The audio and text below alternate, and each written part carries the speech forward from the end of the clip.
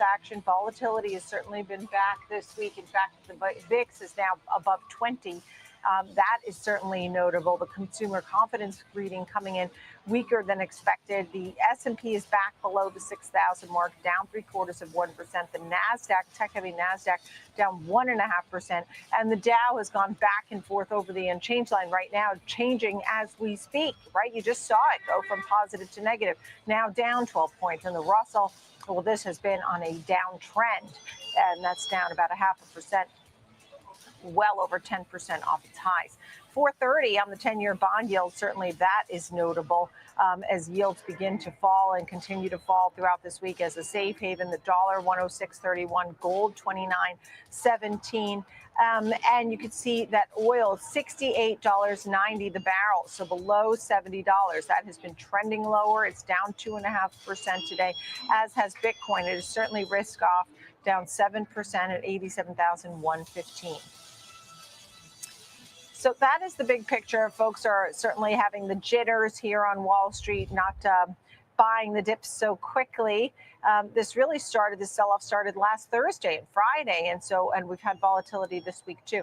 So the selling continues. In the meantime, as we continue to focus on the market, we have certain names we're watching, and Jenny Horn, markets correspondent here on Schwab Network, is taking a close look at PayPal.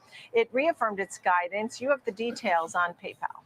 Yeah, reaffirming that guidance, Nicole, which I do think is critical, especially because the street was not a friend to this name on the back of its earnings. Same with Block. So we were discussing the ways in which it felt like we were being, perhaps from a price standpoint, overly critical of PayPal. But with some updated targets, as now they're seeing high single-digit growth in transaction margin dollars by 2027, with hopes for 10% growth and above in the long term. Operating expense growth at least half of the rate of growth in terms of transaction margin dollars was what they also guided for, as well as adjusted earnings per share growth in the low teens and above by 2027, with hopes for 20% and higher in the long term. They also did say they're increasing their free cash flow in line with net income and distributing up to 70 to 80% of free cash flow annually, with a near-term focus on their stock buybacks. Operating expense, though, as we know, is as a percent of revenue, is basically forecasted to be down now to flat in 2025 compared to the 28% pace of growth we saw last year. They do expect annual growth between 8 and 10% in their total branded checkout payment volume by 2027, among just other financial targets they gave.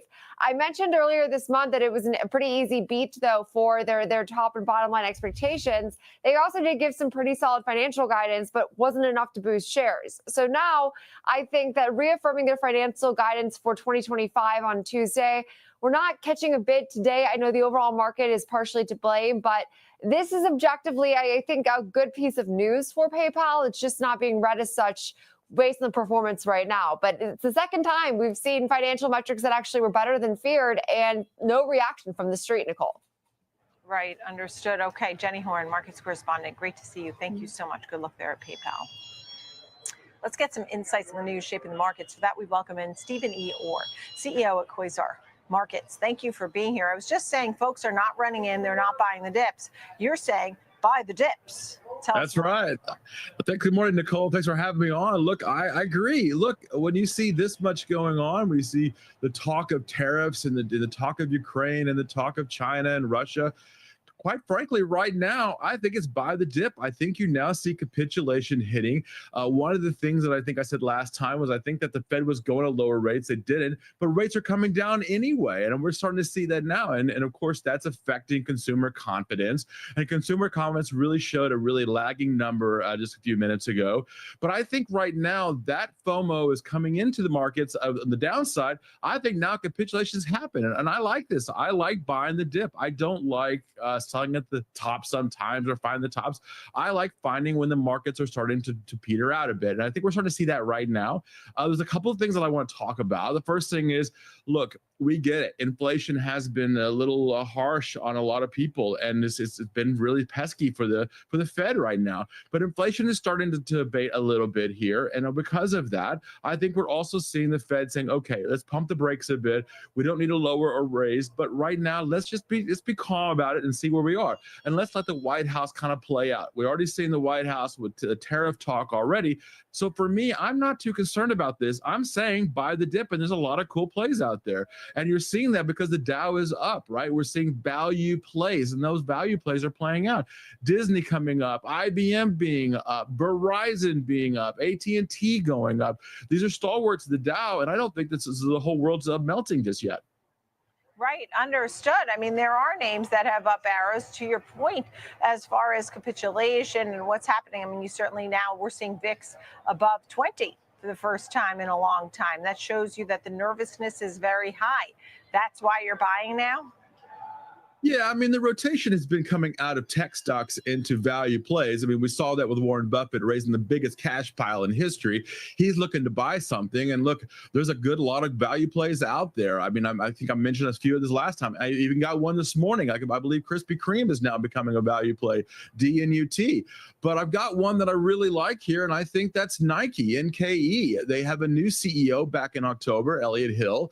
A guy was the former, he was an intern at Nike, and I think that they've got a new play here. They're going back to basics, and they've got a new shoe called the DN8. I really like this. There are some serious value plays out there, and they've actually changed their tune about how they're marketing to people. And one of the ways they're doing that is going through 75 million Twitter followers with Kim Kardashian. They're no longer just using sports figures. So I think that those value plays out there are getting better. If you're looking for them, I think you got to look for the PE ratios. I think you have to get back to basics, but there are a lot of cool plays out there. Yeah, I saw that. You were talking about the dynamic air technology, the deal with Skims and Kim Kardashian to try and really boost the athleisure part of that. They have stiff competition. You have Lululemon and Alo Yoga. And so trying to get that out there. I mean, Skims has done particularly well from what I understand. So you're not spooked by the daily headlines. What about the Mag 7? So you're finding names that are value plays, right? You mentioned Krispy Kreme, you mentioned Nike, you had some of the other names that are on the rise, Disney, Verizon, IBM. What about the Mag 7? Do you like those at all? Do you buy those at all? Yeah, I think one good play out there is Google. I think Google has made a really good move in partnering with Apple, with Gemini. Their AI, I think, at Apple hasn't been the best. And I think they're making a great move in talking to Google and adding Gemini, which is Google's AI, into their own Apple intelligence. I think that's a great move. And I think Google is a great value play. People are still using it for the search engine. People are still looking up maps on Google. People are still using it. And of course, Google Cloud is doing quite well. So yeah, I think there are still some serious plays out there. If you want to look at it from the perspective of Netflix, we talked about that one. I like it under $1,000. And of course, I'm going to stay long NVIDIA through earnings. I think that the Blackwell chipset is going to beat earnings. Either they're going to really show us the new RTX chipset has really done very, very well. And I think that, there's some good plays out there. This sell-off has really showed us where the market could go to. We're there. And I think capitulation has happened. So look, I always call it my grocery shopping list. And here it is. Let's go pick up some stocks and some names. It's interesting. You said you're holding NVIDIA through its earnings. Tomorrow is earnings day. I think that's a huge part of this week. But I will say, and I know you know this, as many of the Mag 7 have reported already. And even when they meet or beat the street, they've been selling off afterwards. Are you concerned, and you feel confident on NVIDIA and its numbers and all that, but it could sell off even if it has a meet or a beat? That's correct. I mean, you've seen a lot of these tech stocks right after they have big beats or they big earnings, and they're falling apart right after the stock. But here's the thing. It's not about the earnings. It's about the guidance. I want to hear from the CEO. What's the CEO going to tell me and say, hey, look, here's what we're doing for the future. These earnings are about the past. I want to know about the future. And I think NVIDIA's got an amazing future, especially in AI. We're still in the first inning of AI. And I think NVIDIA is still at the very forefront of this. I'm not worried about DeepSeek. I'm not worried about AI in China. I'm not worried about AI anywhere else. But if we are, it's still hardware, and NVIDIA has that. They have it in the servers, they have it in their software, they've got it in their subscriptions, they've got it everywhere. So I'm not too concerned. And I'm going to tell you, I think NVIDIA has a huge beat. I think Jensen smiles all the way to the bank tomorrow, and I think that NVIDIA is up tomorrow.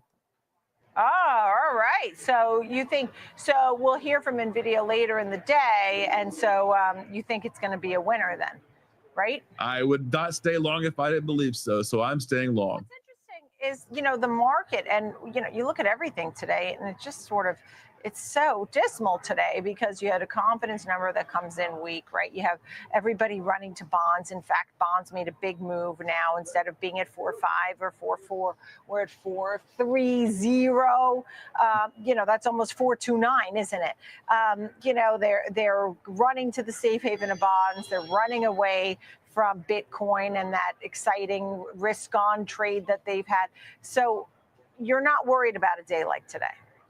No, I'm actually liking today. These are the kind of days that I actually live for as a trader, right? I want to see these sell off so that I can buy more, right? And I'll tell you one thing I'm very interested in with the 10-year flattening out with the curve a little bit is finally we might see some movement in the housing market. I think that would be very good. As rates come down, there are a lot of people on the sideline that want to buy a house and they couldn't do that. And I think now they're going to be able to do that with rates coming down, especially now with the 30-year at 4.563 on jumbo loans. You probably brought back $2,000 or $3,000 a month.